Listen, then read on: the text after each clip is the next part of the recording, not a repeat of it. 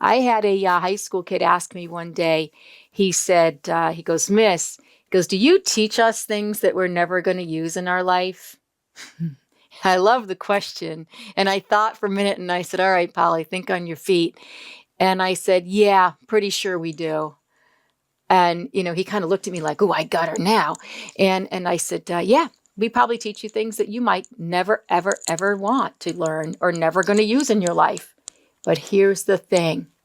If you can get through and be successful in something that you don't think you're ever going to need, imagine how efficient and effective you're going to be at getting through something that you really want to know and you know that you're going to use. And he looked at me with the most puzzled face and he went, okay, I'll take that. So that's been my line ever since. It's the process of getting through something that's hard. You ever take a college class? We all have in here. Remember that college class that you paid for and you sat through? And in the back of your mind, you felt it was useless. Remember that? Yeah, we've all been there. But somehow we had skills to get through it for success because someone taught us that.